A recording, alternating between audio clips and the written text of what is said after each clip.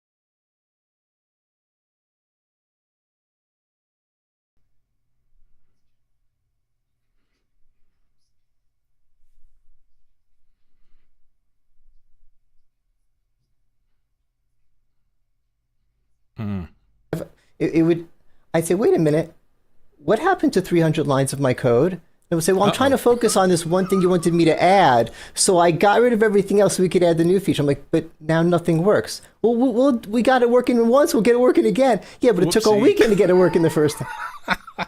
So everyone said Claude is so wonderful. So I opened up Claude and I said, hi, Claude, my name is David. This is what's been going on with Gemini. And Claude was basically like, oh, you dear sweet thing. Don't you worry about that. Show me what you've been working on. Forget about your friend Gemini, and I'll take good care of you. And it did. It really did. You know, it's like anything. You have to. Anyone knows who's, you know, vibe coding isn't easy as they say. You can't say, Claude, make me an app that does this. No, it's months and months of work, and it goes in the wrong direction and it breaks your code. But you can do amazing things with it. So then Claude was my superhero until ZoomMate came out. Zoom has been, you know, an AI player for a while, but it was like the AI Companion, which doesn't exist anymore, was, well, it exists, but it's not called that anymore. It was in the panels. And that's great. So if you're in Zoom Chat, you can get help with Zoom Chat from the AI Companion there. And if you're in Zoom Docs, you can get help with Zoom Docs with the AI Companion. That's not the way I work with AI. I talk to AI like it's a person. When I talk to Claude, Claude doesn't just know what I'm working on today. It knows what I had for lunch. It knows everything. And I would open up one of these Zoom AI things and I'd say, hey, this is the thing I'm working on. And it would say, what are you talking about? Like, I was just talking to you about that. Oh, that was another panel. I'm different. ZoomMate is a real LLM that knows everything that's going on in Zoom. The new just came out ZoomMate. It's not a panel. It's a full page. It's a new tab in your Zoom workplace. It looks like ChatGPT. It looks exactly like ChatGPT, and that's what I want. But it knows all my Zoom stuff. It's amazing. I said to it yesterday. I said I met with Kevin last week sometime. We were talking about this, and I don't remember what happened. And it said, oh yeah, here's the meeting. Here's exactly what happened. Here's the summary. Now you could do that with MCPs, with Claude and integrations, but ZoomMate is sitting in all your Zoom meetings. It knows all your Zoom stuff. Have you been playing around with any of the agentic AIs that kind of take your query and then go off by themselves and discuss it, I guess, amongst other LLMs, and then eventually end up coming back to you when they have something worth telling you about? Yeah, it's everyone has a different definition of agentic. You know, my definition is, instead of talking to you about stuff, it actually does stuff. Okay. And I'm experimenting with that with ZoomMate workflows, where instead of just you know, it can automatically, here's a good one, automatically anytime that I'm in a meeting, because it's sitting in your meeting, it's listening. Zoom AI is listening to your meetings, if you allow it. It's not a privacy thing. Anytime that I'm talking to someone and they say, wow, David, I love what you're doing with video, I should hire you. It'll draft an email for me to follow up with them, because I have a problem with that. I show off my tricks and people say, oh, I love the show that you're producing for Adam and Gareth. I want a show like that. And I say, yeah, well, I'll follow up with you. And I don't send the email. I forget. So a non-agentic AI, it opens up and say, hey, I just had this meeting with this person. Help me draft this email. Agentic AI, I get out of the meeting and I get a pop-up that says, hey, I drafted the email for you. Do you want to send it? Or do you want to review it and send it? You know, it does the action. So these are widely used now, and we're going to get more and more. Do you ever get concerned about the fact that after 100 meetings, there's going to be 10,000 follow-up things generated because everybody's using things that are doing the same thing? For me, that I'm just going to have lists and lists of... I've just been curious because as these tools get more spread out and so many people use them, you know, what's the differentiator between 100 people all using the same tools to generate correspondence, to generate apps? You know, do we really need 300 million schedulers because 300 million people got up today and said, hey, AI, create me a scheduler custom code for the way I work? And now you're just going to have gazillions of lines of code doing the same thing. Yeah, you know, it's funny, the analogy I put out when people first started putting Guitar Tab up on the internet. Okay. And there was a great Guitar Tab for, I don't know, for Stairway to Heaven, just picking a song that everyone from our generation knows. Yes, that's right. And everyone would learn to play it based on that tab, and someone would put up a different tab. And I'd be like, oh, why did you put up that other tab? And sometimes they would say, look, I am a Led Zeppelin expert. I was the guy's roadie. I watched him play. That other tab was wrong. This is the right way to play it. And okay, that's great. And sometimes people put up a new tab. Why do you put up the tab? Because I like the song and I wanted to make a tab. Yeah. Okay. So now there's 200 Stairway to Heaven tabs on the internet, and we don't really need them. We need one or two good ones, maybe just the one right one. But it's not. I made the problem sound worse than it is. It's not 200, because what happens really is people say, "Oh, I want to make a tab," and they look online and they say, "Oh, there already is one. Why would I make another one? Unless there's something wrong with it." Yeah. Yeah, I hear what you're saying. To me, it comes down to, do I want all my correspondence to start sounding in the AI voice? Perfectly well composed, makes sense, not a lot of fluff in it, but it is kind of like everybody else. And I'm just interested in people hate this, and it doesn't bother me. People say they added a button in LinkedIn that if you think someone's post was made with AI, you can AI slap it. You can AI slap it. AI slap it. Now it's going to get, and LinkedIn's going to get rid of them. And people are like, people really hate AI. There are people out there, especially the really young people. There's a little bit of backlash, isn't there? A little bit. I saw a post. A guy said he was taking his son out to lunch, and they walked into the restaurant. The son's like, "Look at that AI menu. I'm out of here." Drive 20 minutes to find a different restaurant. It drinks the water. It's AI slop. It puts artists out of it. It stole all the music from all the musicians, and there is something to some of that. But at the end of the day, if it could make something good, it could make something good. And if I look at your LinkedIn feed and I see a post and it says, there's a lot of little telltale. Everyone says the M dash. The M dash is the least of it. It's not this, it's that. If you have a LinkedIn post that says, it's not the problem with streaming, it's the problem with engagement. And then a little blurb after that, okay, AI wrote that. But you know what? You liked it enough, and you maybe edited it. It's yours. You're putting your name on it. In the large language model, and it figured out a lot of people like to write it this way. Well, if you liked it enough to put it on your LinkedIn and say, submit.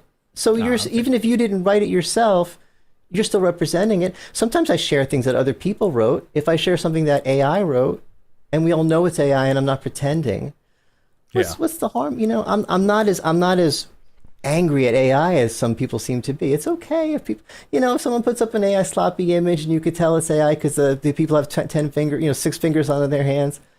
Okay, that doesn't bother me, but it bothers some people a lot. They get angry. Well, I think there's a lot of concern. But I don't want to spend the whole show talking about this. It's a fascinating topic, and we could certainly do a whole show on this. But I also want to talk about some of the other things you do. Talk to me a little bit about the whole AI chefs thing. Food metaphors to teach AI prompting? What was that all about? AI is I feel like AI is such a little part of what I do, but it's such a big part of the world. It's a big part of this discussion. Yeah. Kevin is a fellow business communications analyst. Traditionally we cover, I do a lot of work with Zoom and WebEx and the hardware, their hardware partners, Logitech and Neat and all of those.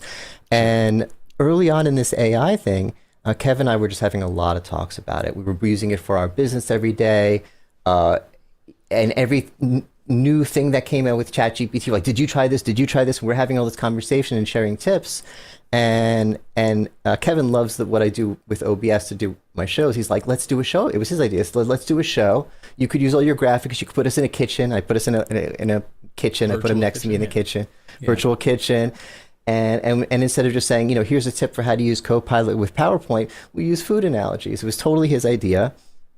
And it's a fun little show we do. And I'm and at the time I was thinking, everyone's going to say they're an AI analyst and an AI expert, and no one really is, because no one's been studying this for 30 years because it's only been out for a few years. But if we get in early, and we have over 100 episodes now.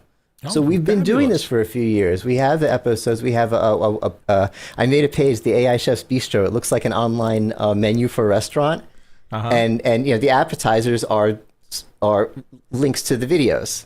And the entrees, you look at the entree section, and it's different types of videos, and that's all the recipes are in the AI Chef Bistro. Sounds like fun. It sounds like a lot of fun. I also want to talk a little bit about your idea here about meeting equity. One of the things that hybrid rooms, I'm reading from the description I got, can systematically disadvantage remote participants. Is that still something you're holding to? And talk to us a little bit about why you think this is a thing. Yeah, well, the problem is easy to understand. Okay, so It used to be that the meeting happened in the meeting room. You go into the meeting room, sit down. That's where the people are. That's where the files are. That's where the papers are. And someone who's working at home, second class participant. Second class citizen, sure. They're calling in on audio. Maybe they're on video and there's a laptop somewhere and their little head's on a laptop and they can't see anything and they can barely hear anything. Yeah. Pandemic changed everything. Everyone got good at video very, very, very quickly. I thought when the pandemic started, oh man, my uncles are all lying on the couch. I could see up their nose with the camera angles, and everyone looked tall. My aunts are saying, you need to look like Cousin David. And a week into the pandemic, everyone figured out framing. Everyone figured out lighting. People are vain. Everyone looked gorgeous on video from home. And then we went back to the office. So if I stay at home, this is how I present. I look like a newscaster. Look at you. You look like a newscaster. This isn't just because we're doing a show now. This is how I look at every Zoom meeting. But if we go to the office, all right. So here I am at the office. I just did paid the commuter tax of having to drive in. I had to pay for gas. I had to park. I had to wake up early. And now I get to do you're lying to me. and now I get to do my presentation like this. Am I more or less effective than I was at home? Can you see the expressions on my face? Can you see?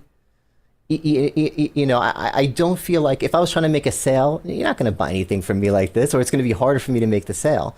So that's the meeting equity problem. Meeting equity problem is everyone from home looks amazing, and people who come into the office are suffering with this.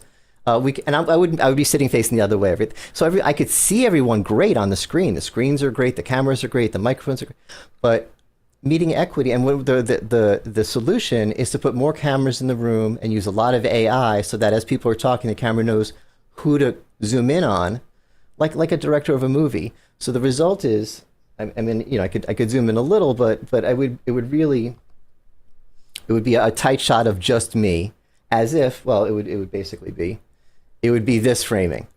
Mm-hmm. So no matter who talks in the meeting room, and no matter which way they turn their heads, because there's cameras everywhere, they look like this on Zoom, and everyone gets their own box. That's the solution to meeting equity. Zoom has something called Intelligent Director, software that does it with their hardware partners. Every hardware vendor out there has their own solution for it. It is out there, but I feel like it's not getting the adoption it should. I feel like there's a lot of meeting rooms out there that just don't have it turned on, and everyone just looks tiny.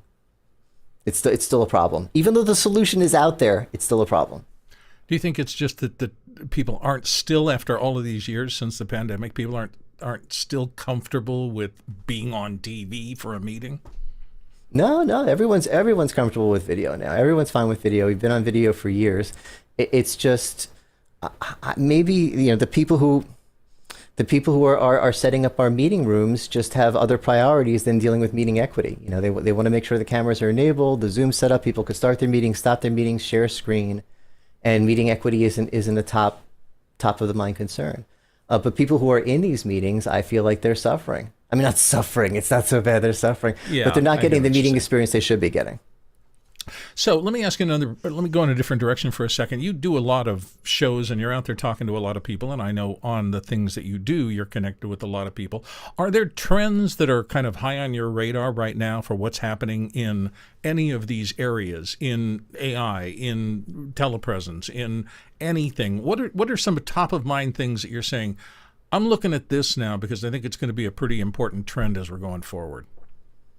I think live streaming. I think we have cameras in the meeting rooms, and people are used to being on camera and comfortable being on camera. And I think a typical CEO goes into the meeting room and sees him or herself on the big screen and says, "Whew, I look good on camera, and I have a story to tell. I founded this company. I know everything about this industry. I should be doing a video podcast." And we have the cameras, right? We have the network, we have the bandwidth. Why aren't we doing a video podcast? And it used to be because it's hard, it's tricky, it's a whole different thing. It's not hard anymore. I can click a button right now, we'd be on YouTube. One button. It's not that hard. There's so many software options. If OBS is too tricky for you, there are things that are more friendly, like vMix is an awesome option.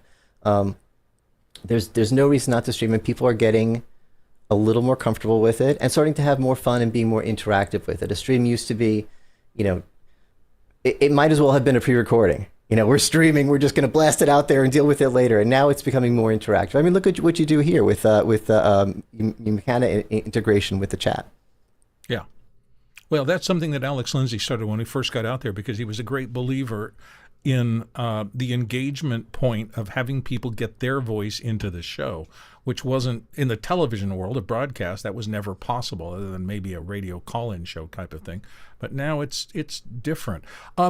So in terms of Zoom video, since you're talking about this, proselytizing it and believe in it, do you have a list of a few things that you think somebody who is interested in forming a better telepresence need to do? What's your top 3, 4, 5, 6, 7, however far you want to go about, hey, you should really think of this. These are the things that most people don't think about, but that will really increase your effectiveness as a presenter virtually.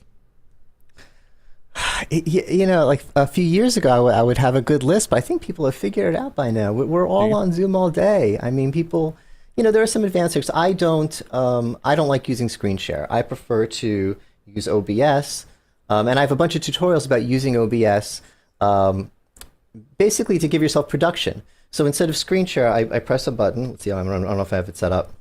There we go, and I make myself small on the screen. And if I want to show something, I put it behind me. It doesn't look right. So you're kind of virtualizing a keynote style experience and making it easy through hardware integration. Yeah, but I don't expect everyone to do that. I would like to see more of that. I'd like to see more production in people's Zoom meetings, but I don't think that's necessary. I'm just happy that everyone's figured out the lighting. Everyone's figured out, you know, don't put a bright light right behind you, so you're an eclipse. People are generally framed well. We don't have the top of the head view or the up the nose view.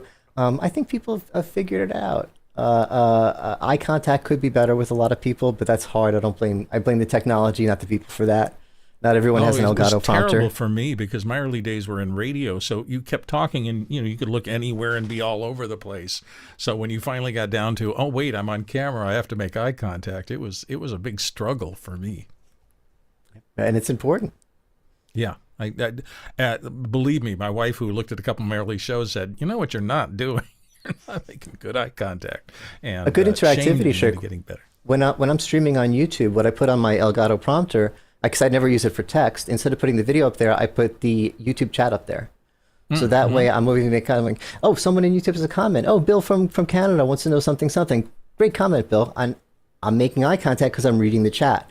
Right. That's an old Twitch trick. A lot of Twitch streamers will do that. We're very close to sneaking into Q&A time, and we have a small group of questions that are coming up here. Is there anything that you are desperate for people to stop doing that annoys you at this point?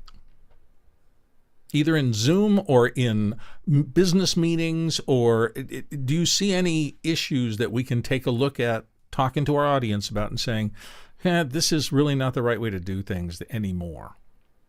No, yeah, and I think the things that people complain about, I don't see why they're complaining about. A year or two ago, we started getting all these note takers. Like, why are all these note taker bots in the chat? To take notes. How is that hurting you? What are you complaining about?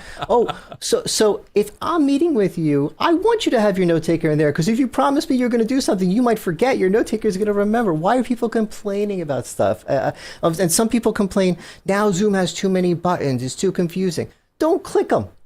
If you don't like them, don't click them. And some people say, oh, Zoom doesn't have enough features. There's still this, they need to do more stuff to differentiate themselves. Okay, so they should have more features, but less buttons to activate the features at the same time. What is everyone complaining about? I could be talking to people at 1080p resolution, 30 frames per second, all around the globe, any time of day, with no hiccups. And we're finding things to complain about in video meetings? Well, I think that the part of I hear you loud and clear. It's human nature, right? How can I differentiate myself from somebody else? And the answer is I can find something to get upset about or whatever. Let's sneak in. Cindy, let's dive into our first question for today. And by the way, let me pop up the QR code again. If you have questions for David, there's the QR code up on the bottom of the screen. You can just shoot that with your phone or an iPad or anything else. Or if you'd like to simply type in your questions, type in askofficehours.global into any web browser, and you can get your questions in. The book in the back of the house will take a quick look, make sure that they're formed correctly, and try to keep it to one question per submission so we don't get those.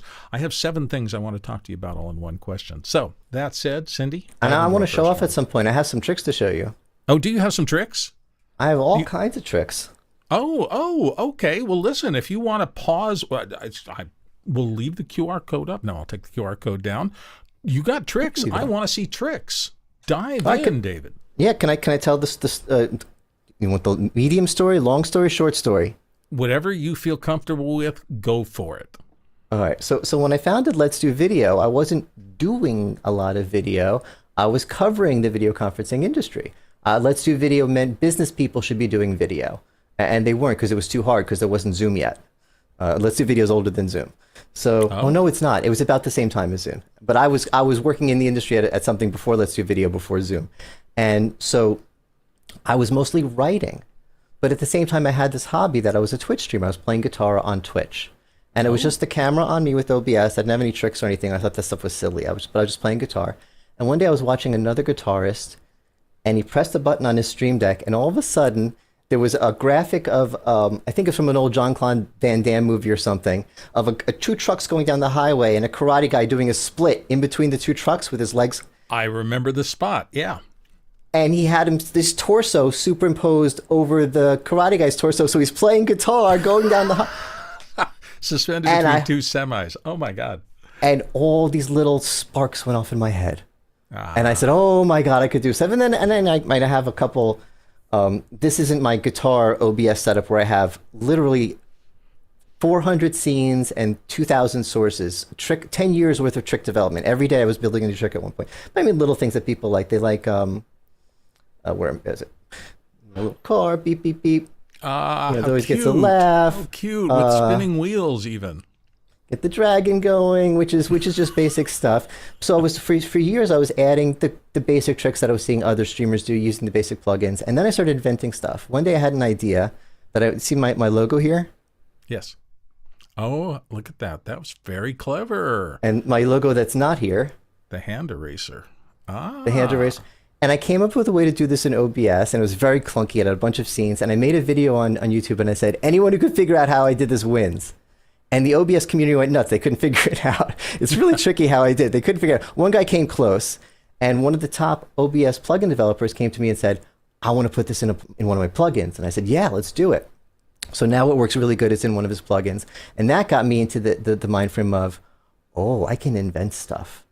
I can do whatever I want with this. So then I started getting really creative. And then I started doing it for my business. I started, I showed you the boardroom. Instead of doing, here I'm here to talk about Zoom's latest announcement, I would go to the boardroom and put on the screen behind me, where I have this color thing, I put whatever news I'm talking about. So I started using it more in the business, and then I started getting clients. This is one of my favorite shows here. Let me show this. I don't have everything set up on the Stream Deck because this was quick, but let me.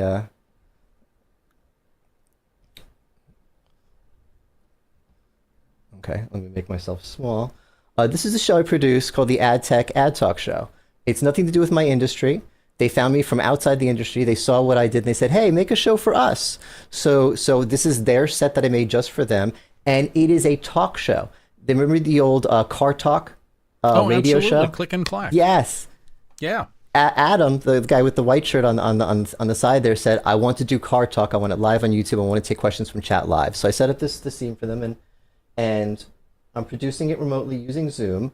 They are in different parts of New York. One's in Manhattan and one's in Brooklyn.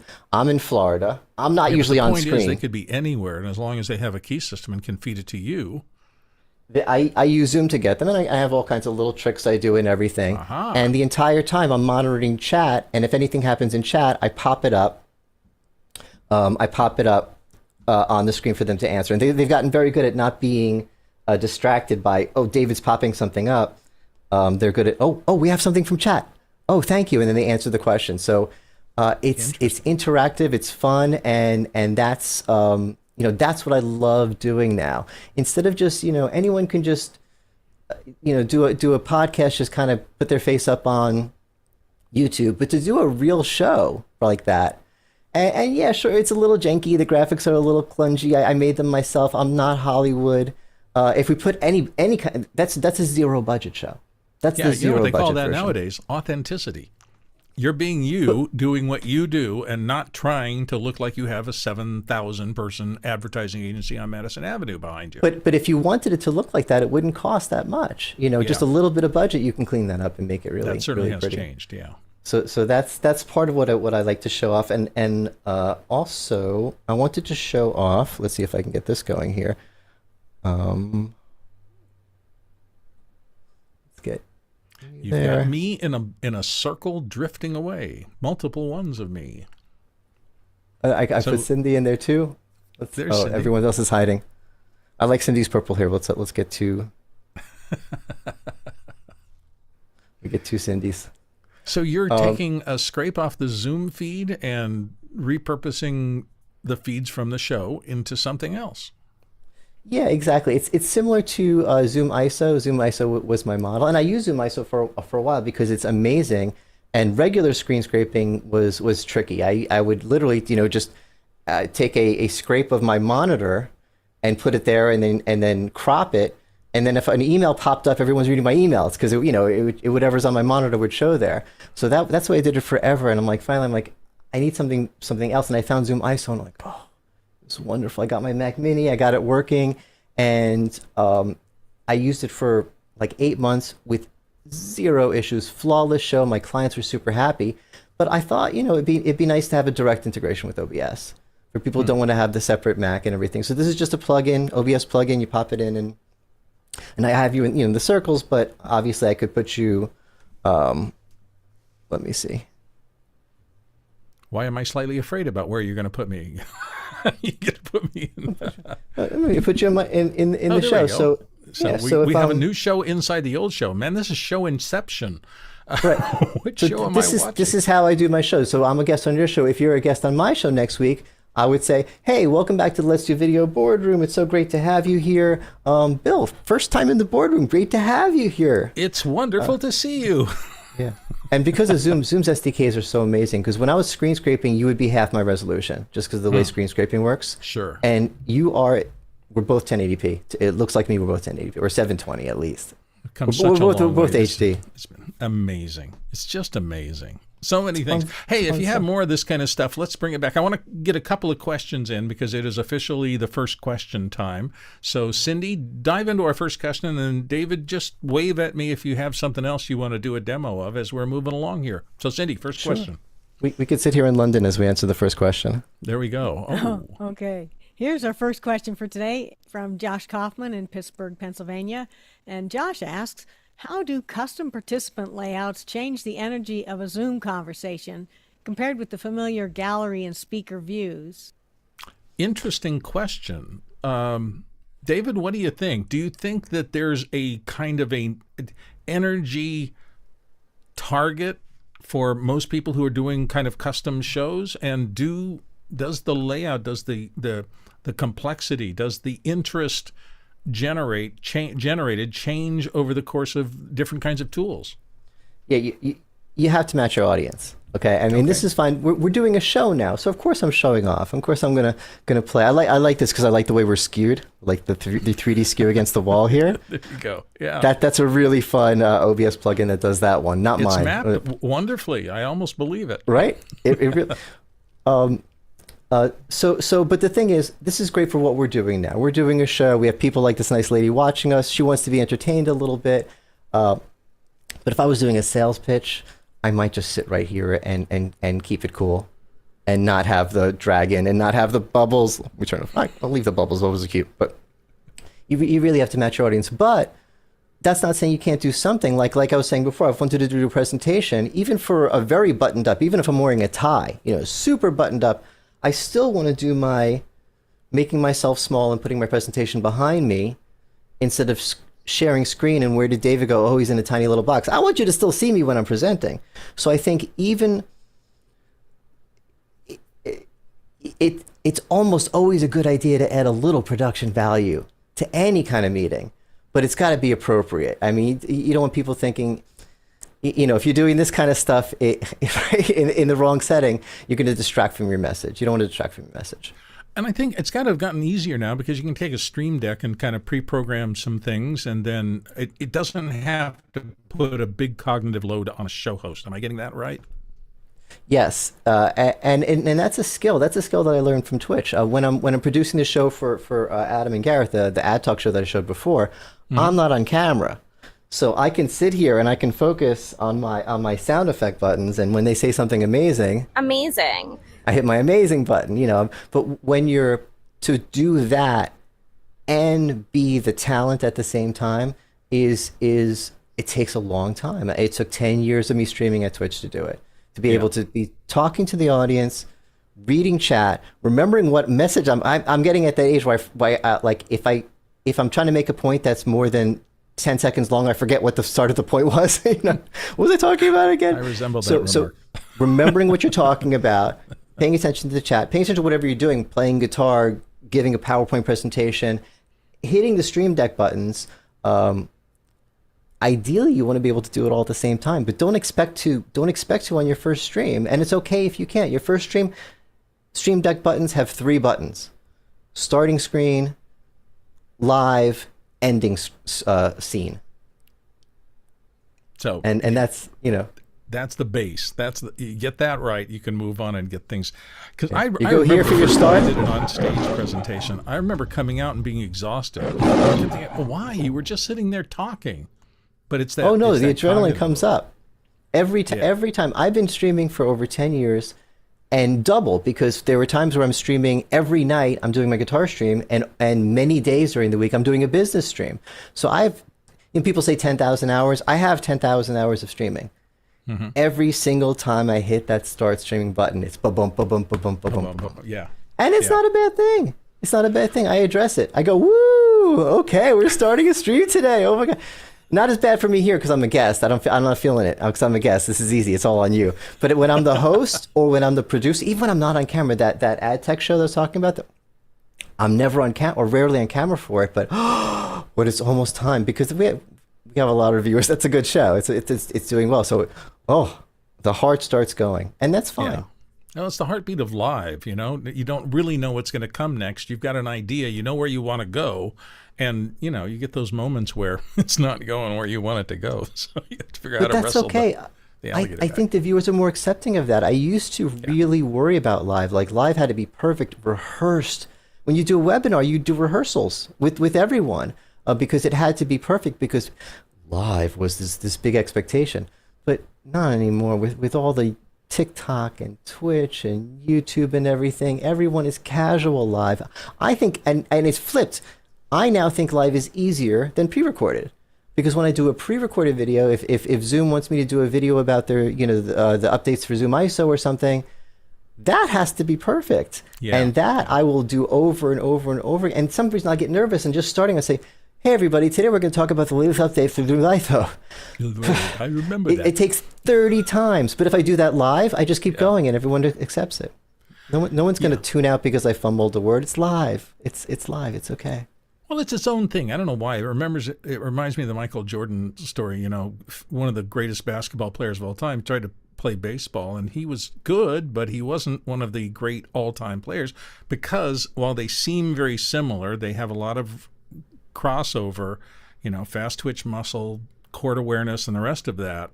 It's not the same. And I kind of feel the same way about what you're talking about. Doing presentations where you get to rehearse and everybody knows the script and all the cues are practiced is a different thing than is sitting in front of a camera and trying to host and direct a show where some of it's going to be up in the air. It's not going to be the way you want it to be. Anyway, as a Jordan fan, I got to say though, all those other guys are playing baseball 12 hours a day their entire lives, And he just walks in there, and he was good. He was good enough to be there. It was crazy. It was crazy how good of a baseball player he was. Ever walked the earth, so I get your point really well. He was a ridiculously good baseball player for someone who wasn't a baseball player.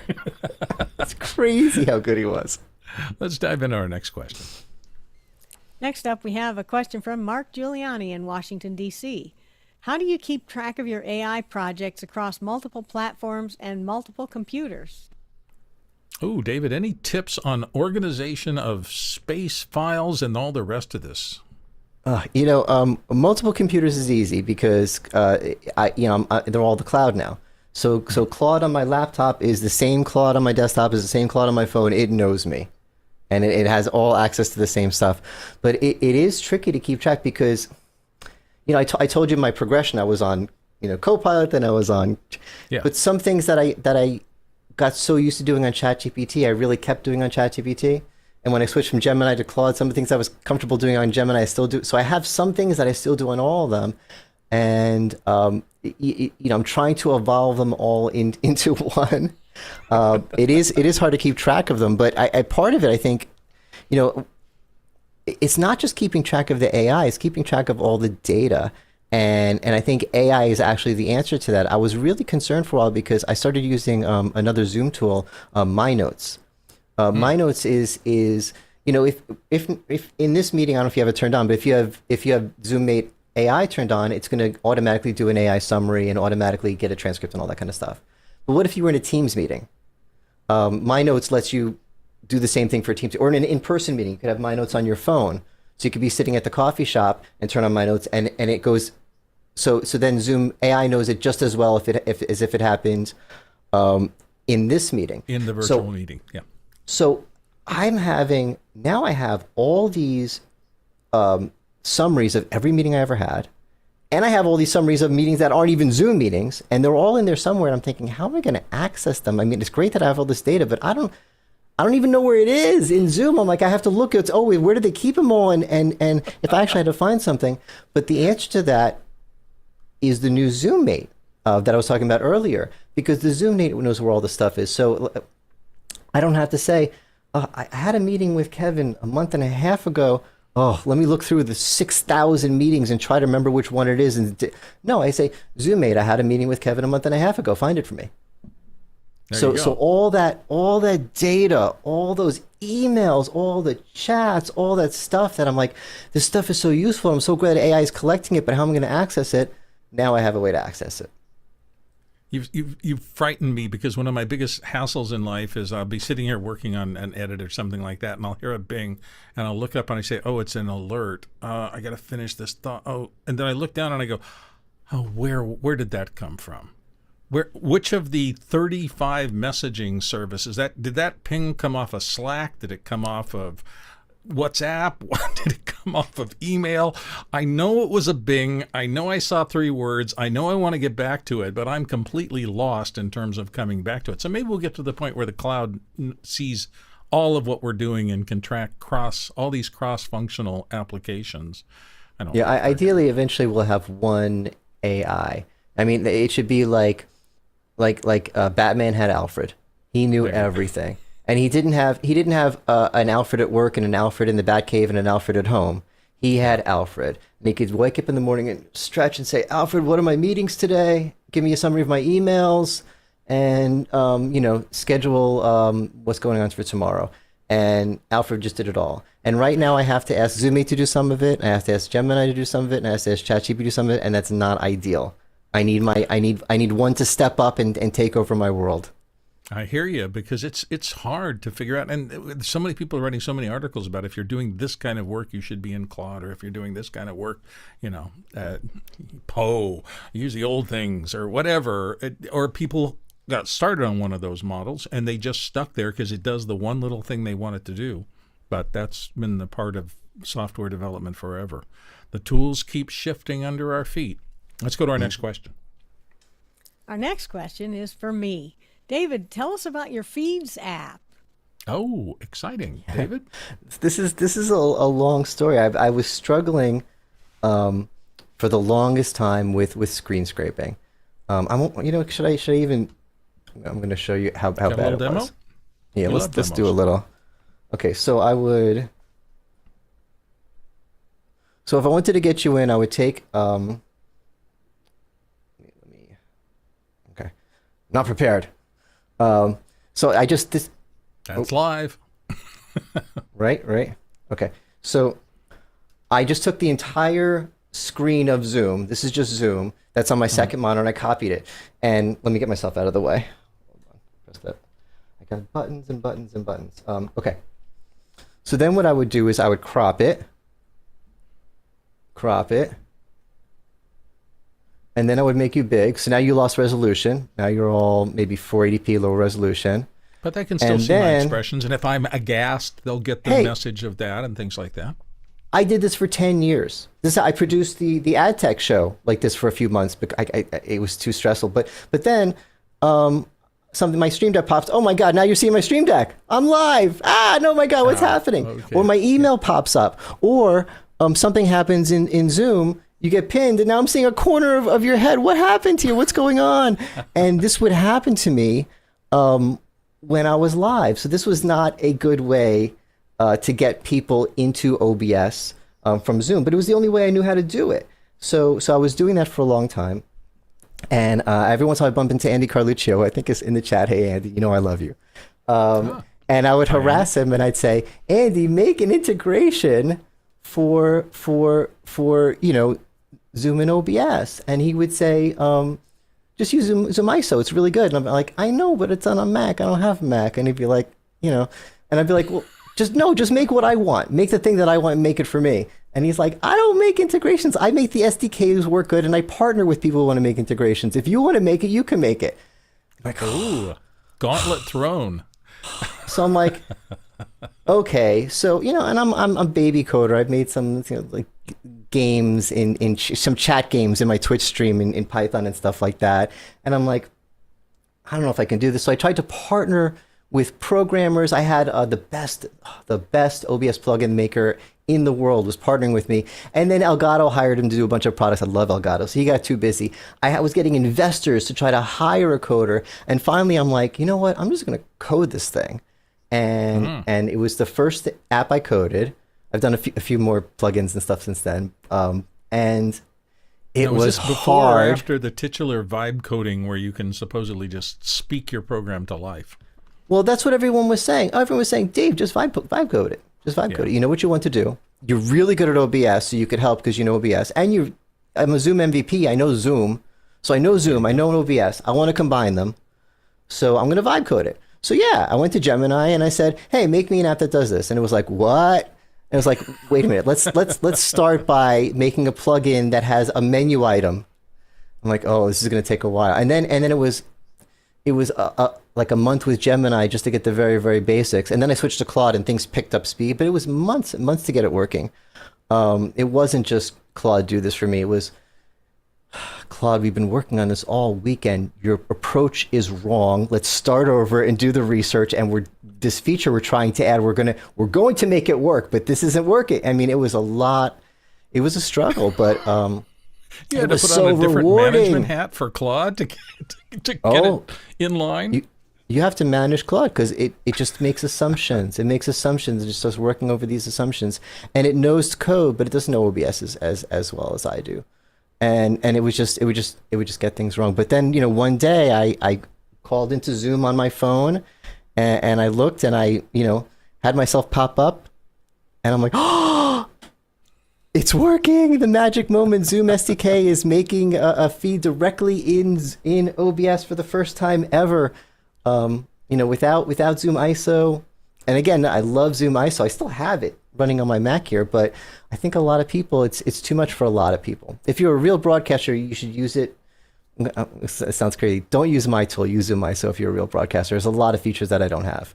But Well, if you're, it's just if you're, honest to if say you're, there's if you're- scales where something doesn't work and there's a better tool for it. That's yeah, just honest. But if you're a one-person production team like me, feeds might be your first step. There you And go. it might just do the trick for you. And that's what it's called, feeds. Can you tell us a little bit about how, if Yeah, I somebody's can- interested in it, they can kind of follow the breadcrumbs to get more involved? Let me see if I can. Okay, so this is one of my many OBSs. I don't have that many. I have some scenes here, but I don't have that many scenes, not compared to a lot of it. And it works the only way it could possibly work. You make a source, and instead of a window capture, I have my feed sources, and I have some chat. I have chat integrations too. But make a feeds participant. It brings up a participant source that has a drop-down list. You pick the person from the drop-down list, and there they are. I mean, it makes a Zoom person into an OBS source, and there's a lot of other little bells and whistles and things that I'm adding, but that's the magic. That's the one thing that it Seemed pretty does. quick and straightforward. That's nice. You obviously I spent added, some time on the UI. To make it easier, I added this doc over on this side here, and it's just a basic doc. If you want to, I have too many, but let me, if I could. If you want to add one, you press the add button, but there's no add button because I already have too many. But you can create a new source there, and it puts it into the source list. And you have existing sources you could just assign people. And that's how I've been doing the circles thing. I have the circles existing somewhere in my setup.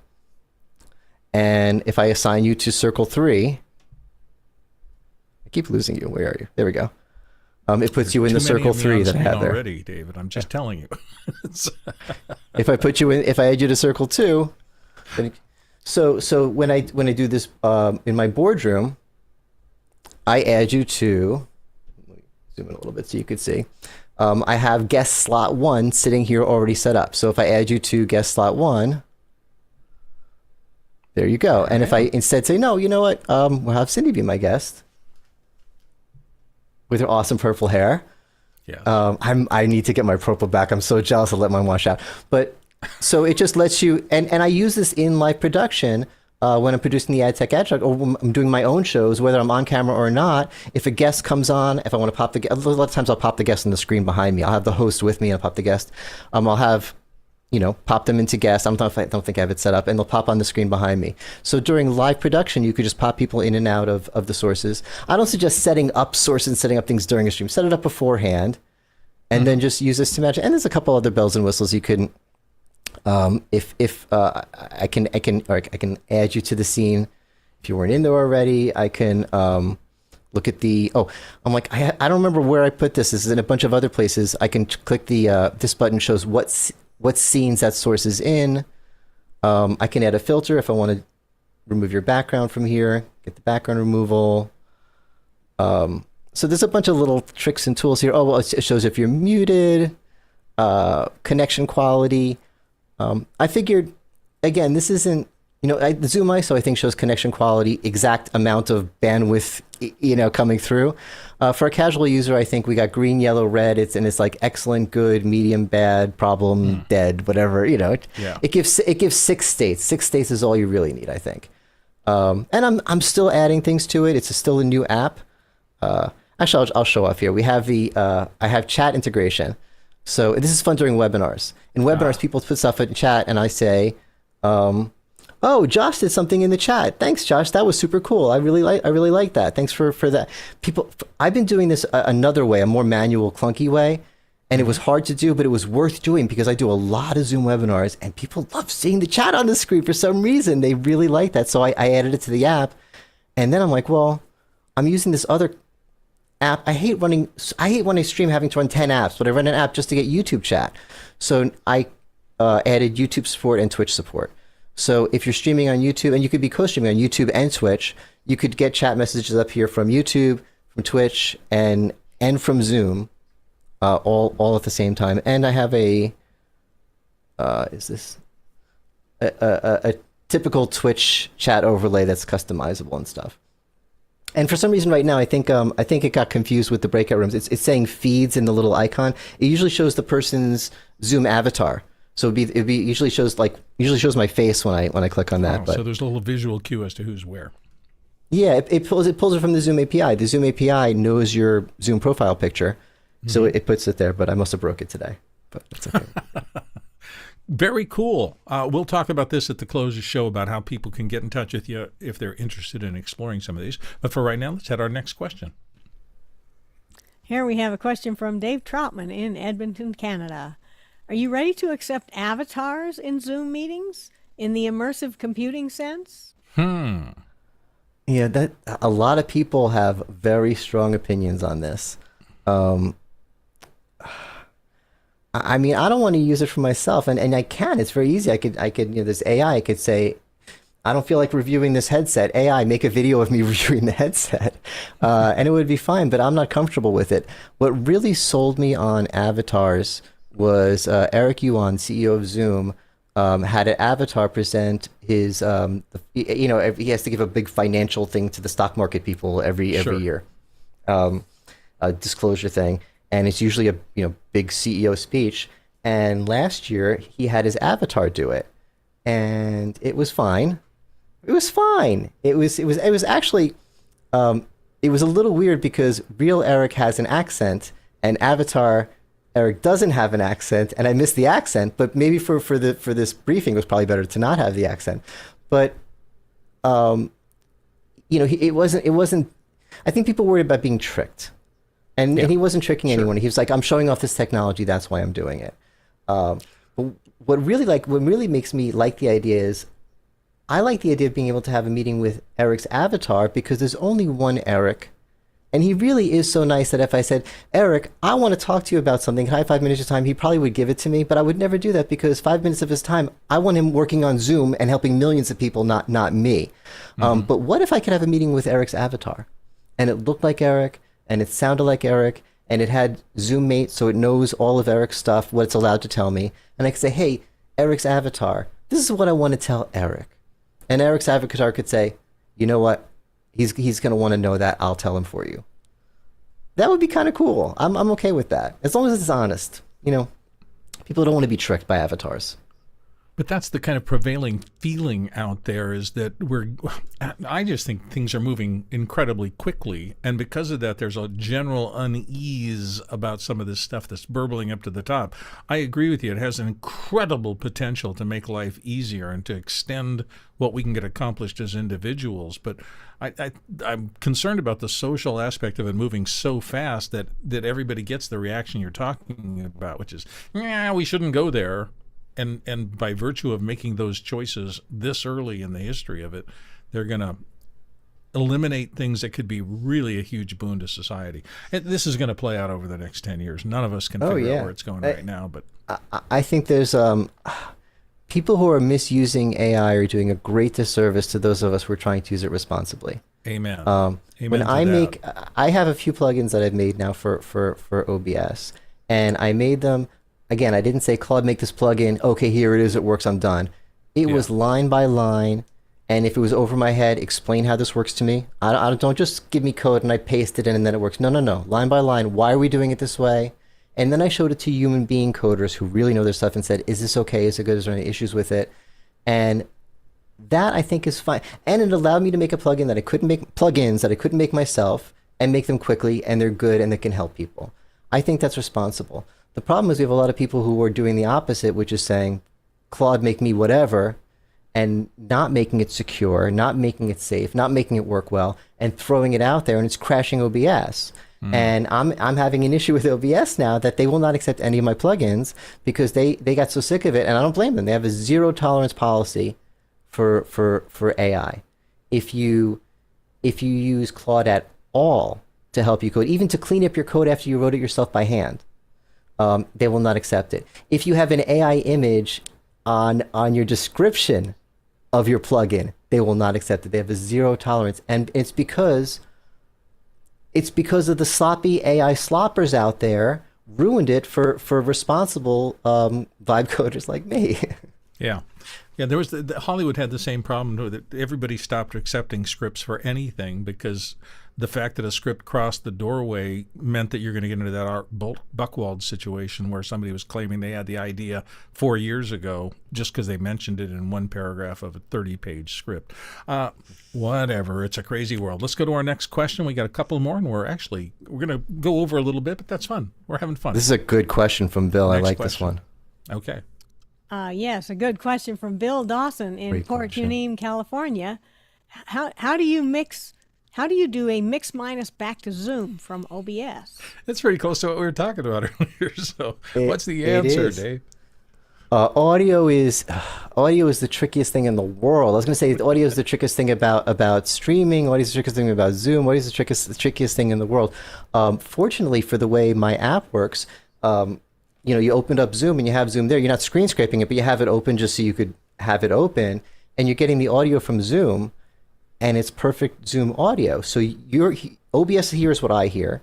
I'm hearing Zoom audio. So when I bring you in, your audio is perfect. I don't have to have my app bring in your audio. Zoom brings the audio directly to OBS to the desktop. It works perfectly. So going in that direction is not a problem. But going back to you, the mix minus. What I'm doing now is I'm just feeding the basic way you would usually do it is you would just put your microphone back. The easy way, if you don't want to deal with a mix minus, because mix minus is a little advanced, you would just have your microphone going back to Zoom. So you would hear me talking, and I would hear you talking. OBS would hear me. OBS would hear you. The show would be great. The only problem with that is you wouldn't hear our little sound effects.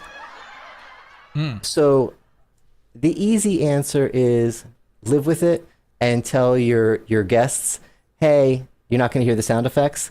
That's not good enough for me. I need a mix minus. And what a mix minus is, it's literally everything going back to Zoom except for Zoom, because you don't want to hear yourself. You don't want to echo. So that means what I send to Zoom is not just my voice, but any of the sounds in OBS. If I play a video in OBS, any of the sounds in my Stream Deck. The way I'm doing it is I have a Go XLR mixer. If you have a hardware mixer, you could do it. If you have a software mixer, you could do it. What I'm recommending for people who are like, I don't have a hardware mixer, I don't want to deal with any of that. Elgato has software out now, Wavelength 3.0, but you got to get 3.0. I keep recommending this for people, and they say it's not working for me, and they show their screen, they're on 2.0. Got to get 3.0. Oh my God, is this amazing, wonderful software. This is what Windows Audio should be. It's a grid, and on one side of the grid is all your inputs, so Zoom audio, OBS audio, Stream Deck audio, your microphone, and on the top is where it's all going. So going to OBS, so you could have a mix minus going to Zoom. Under the Zoom column, you have not Zoom, your microphone, your sound effects, whatever, and then going to OBS, you have yes Zoom and your microphone. So, sorry, that was a long answer. Short answer, Elgato Wavelength 3.0. Basically. It is. It's amazing. And it's free. And it works great. Nice. So Bill Dawson, the fact that you asked that question means you're my guy. I love that. That means you get it and you're my guy. Short answer is Elgato Wavelength 3.0. And the step up from there, hardware mixers are fun. When you get a hardware mixer, you'll be happy. But don't get the Go XLR because they're not supporting it anymore. This thing's running on hopes and dreams. Uh-oh. It's orphaned now. It's orphaned. We have one more question in the queue, and then I'm going to give you a little bit of time to talk about whatever you want to at the end, but let's go to our last question. Here's another good one for you from Guy Cochran in Seattle, Washington. What features do you think we'll see in Zoom in the future? Ooh, speculation hat time. Well, they've added like 2,000 features a year every year for the last years. There's been a lot of development on the Zoom side. We've had the folks from there on multiple times saying, here's what's in this release. And it's like there's a full hour show right there every time. I think we could do an entire series of amazing features you don't know Zoom has. Because Zoom has so many amazing features that... And I show people like, whoa, this is cool. I need to start using it. I was in the AI Chefs earlier today with Kevin Keeler, and I found something by accident in Zoom, and he was like, and he's a Zoom analyst. He's doing all this work with Zoom on all their features. He's like, I didn't know that was a feature. I'm like, I didn't know it was a feature. I'm like, we're supposed to be the Zoom experts. They have so many things. Just explaining what they already have would take forever. To come up, you want me to think of something they haven't thought of yet? I don't know if I come up with a specific feature that they haven't thought of it because they're thinking of all of it. And with the I'd like to see more people using Zoom apps. There's so many cool Zoom apps. It's like, oh, you could have. I mean, people use the timer app, but you could have this in your Zoom. You could have that in Zoom. There's all these free apps. I'd like to see people using them more, but that's another thing people don't even know Zoom has. Zoom has apps? Yes. Zoom has apps. They work in Zoom. But to answer the question, what we will be seeing more of is better integration with the AI. ZoomMate is on the right track. Instead of having a million little Zoom helpers helping me do a little million Zoom things, I have my one magic Zoom friend who knows. He doesn't just know my meetings. He knows my chat. He knows my email. He knows everything. And I think as I get more and more reliant on ZoomMate, why do I think he's a boy? He might be a girl. I don't know. I think of Gemini as a girl. I think of ZoomMate as a boy. I don't know why, but I think his presence will be more known inside of Zoom meetings. An interesting prognostication. Let's see if it comes true. When you were talking about that, it was reminding me of my feeling about learning any software these days, and that's always, I always come back to Swiss cheese knowledge. No matter what I go in to learn about the software, I understand that I go to solve this problem, I learn this stuff, and then I go over there to learn that stuff about this next problem I'm going to solve. And because of that, I have all these pockets of knowledge, but I never learn the whole thing because it seems like the whole thing is just too much for anybody because they're so complex now. So, yeah, maybe you're right. Maybe this sort of agentic AI that everybody is working on will eventually fill in those holes, or at least the lattice between the holes, allow them to connect more efficiently so that we don't lose so much stuff. This has been amazingly fun, David. Thank you. It's been such a pleasure to have a chance to talk to you tonight. As we are closing things out, I wanted to give you a little bit of the time to talk to people about how they can reach you, what things you're interested in talking to people about, or what areas you want to explore, that there may be collaborations or things out there. So I'm just going to turn it over to you. What do you want to close with? Please go to the do I have I may even have a... This goes somewhere. I don't know. It either goes to my website. Yeah, either goes to my website or to my YouTube channel. The website's letsdovideo.com. YouTube channel's Let's Do Video. Please like and subscribe and follow. And if you're doing cool, different, fun things with streaming, reach out to me. I'd love to collaborate. I'd love to. I get a lot of questions on OBS. If you're using OBS and you want to know how to do any of my tricks, please reach out to me. And and please watch the shows I produce. Check out the AdTech Ad Talk show. It's awesome. If you're interested in the advertising industry, you should be watching it anyway. And on my channel, I have we have a new show, The Numbers Game, another Kevin show, which is great, and AI Chefs, and always something new and fun. We have been talking with David Maldow for the entire hour and having a great time doing it. Thank you so much for sharing your time with us today. For those of you who are keeping track, this was our episode 2345, the Tlaloc Traversal. If you had gone around to get the folks who ask questions in the show to sit with them and listen to those questions, you would have traveled 7,000 miles. That's 12,000 kilometers. 58 million bananas for scale. We will be back next Tuesday with another Tuesday Focus. So between now and then, there will be other shows every day on Office Hours. I want to thank Cindy, and especially thanks David for being here tonight. That's going to take care of us. We'll see you next week on our next Tuesday Focus. Thanks, everyone.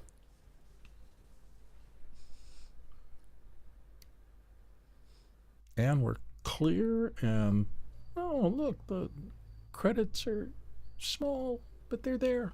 All right. Well, that was fun. Yeah, that was very entertaining. Thank you. Great show. You had a lot of stuff to bring to the table. That was great. I had, and again, this is my mini OBS setup with just a little taste of my tricks. The guitar stream is the bananas one. But thanks for having me on. This was a lot of fun.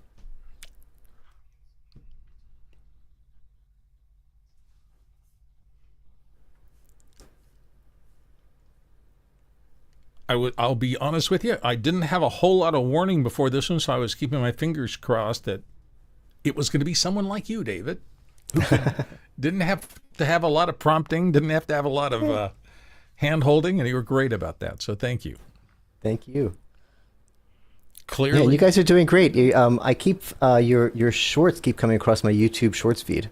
They Those are working me out for you because I don't know who's going to pull what. I end up in my feed going, what am I there about? What am I talking about? Yeah, it's the same thing with my site. It makes me crazy. I put so much work into a great long interview, and we'll get 100 views, and then put up the short, and it gets 2,000 views. I'm like, yeah, come on, man. It just shows Watch you the that show. Watch the whole short- show. Don't just The watch world the is a short short. attention span theater. Everybody wants, yeah. They are. They're all just scrolling. Click through. Watch the whole show. Snackable content. That's all anybody wants. Snackable content. Yeah. Oh God. When vertical videos first came out, I made a whole video about this can't be happening. We have to stop it now before it starts. I don't have one eye on top of the other. I have two eyes next to each other. This is my field of view. Movies are this way. This is my frame of reference. This is how I see the world. And I lost that fight. Mobile came through like a tsunami and realized they had sucked up all the eyeballs, and people are going to, particularly the ad people, are going to do what gets to the eyeballs. You As it can has watch ever been. horizontal Yes. video on your phone, you know. There's such a thing as turning it Turn it. sideways. No one turns But their people phone sideways. Don't. They want to swipe. It's the two-handed thing. I got to have one thing. I You can can't. still swipe. It's a biomechanical They- thing. I'm not. they wanna defending hold it their because phone I like this. hate it as much as you guys do, but it's just They want to hold it like this for some reason. They just want to. No. Gotta hold it like this. What can you do? you know. At some point, you just play the game that's in front of you.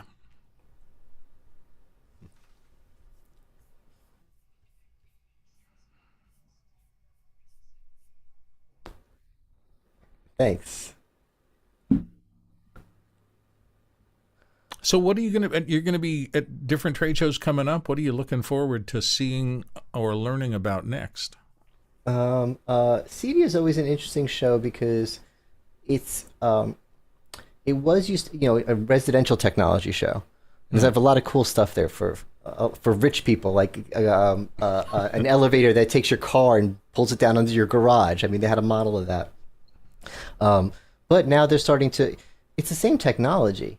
You know what I mean? The microphones we use at the office and the microphones we use at home are the same microphones these days. We don't need two different shows for them. There's a between residential and commercial. There's, it's coming together. So this show is starting to reflect that and have they have like a commercial integrator expo corner of the show, which is the commercial side of it, and the rest of the show is the residential.